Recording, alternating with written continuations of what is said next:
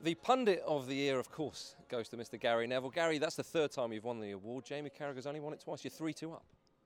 Yeah, people ask me actually what my biggest disappointment in football is, and I always say Valencia.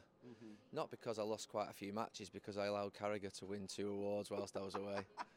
Well, you've turned it around quite magnificently, so well done. Yeah, no, it's not. I mean, the thing is, it's obviously voted for by the fans. Jamie Carragher is a fantastic pundit, and we benefit from working with each other. I'm in there with Martin Tyler tonight, who we also benefit with. We work with fantastic people at Sky that bring the best out of us, that challenge us all the time. And the fact that it's voted for by the fans is a big accolade, because we try, wherever possible, to balance honesty and respect to the dressing room and the insight that we've had in there, but also to obviously the fan, the supporter who's listening at home and what they're thinking. So we always try and balance both, and it's sometimes a difficult balancing act, but you try and achieve it as best you can. Do you find sometimes it's quite tricky when you're commenting on players who one or two maybe even played with and perhaps are friends of yours, but yet you've got to keep that professional integrity to comment on what is actually happening? Yeah, it's a lot easier if you're commentating on teams and players that you don't know or don't have an affection to, obviously, but I think over a period of 4 or 5 years, I've hopefully proven that I'm willing to sort of criticise or praise players from clubs that I've historically not particularly liked, or clubs that obviously I've played for. So I think it works both ways. It gets easier the more away from the game you are. So now I'm 5-6 years retired, it becomes a lot more simple for me. There are less and less players that I played with, less and less players that I played against. But you still always try, and sometimes you sort of say things that you think, come backwards, I shouldn't have said that because you've gone too far, or you've said the wrong word, it's not come out correctly, and you think, oh, I wish I had not said that. Even about a referee sometimes, you go too far, and sometimes you get carried away with the passion of the game. But I think on reflection, I think you try and get it as, you try and be as balanced as you possibly can. Yeah, and obviously a number of former players go into punditry and so on and so forth, and now it would be awards and television appearances would suggest you're one of the kind of main pundits now in football in this country. I mean, did you envisage it going kind of this well, if you like, when you first got into the pundit game?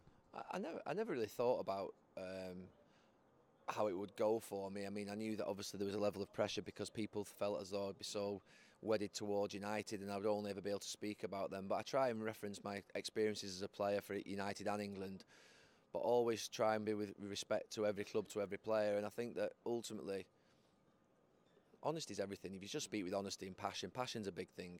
I always think that passion as a football player, if fans can see that you're actually trying in your shirt, if fans can see that you're passionate about the game, which we are when we speak about the game, then I think they'll live with you a lot. Don't matter who you played for previously.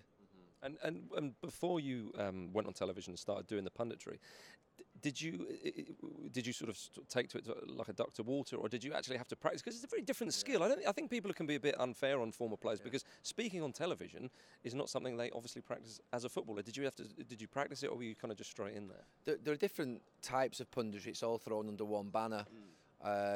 So, for instance, a Super Sunday in a studio where you sat there answering questions, you don't need to practice for that. I mean, you just need to basically give your opinion.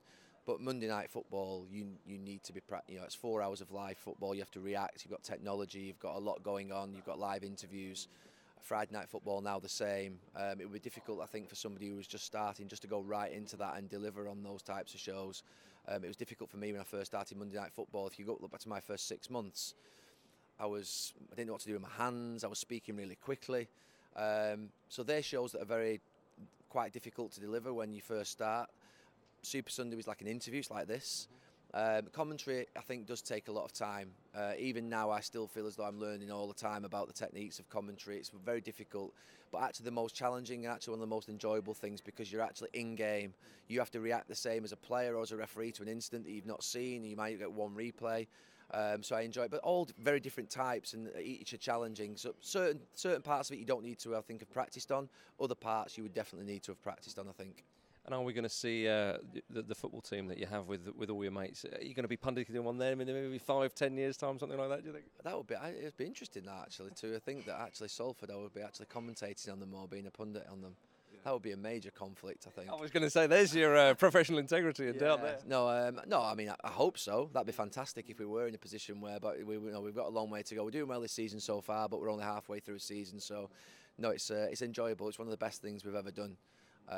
We love going down and watching the team play. We love the fact that we're part of our own club. and they're doing well at the moment, so we're happy. Gary, congratulations. Thank you very much.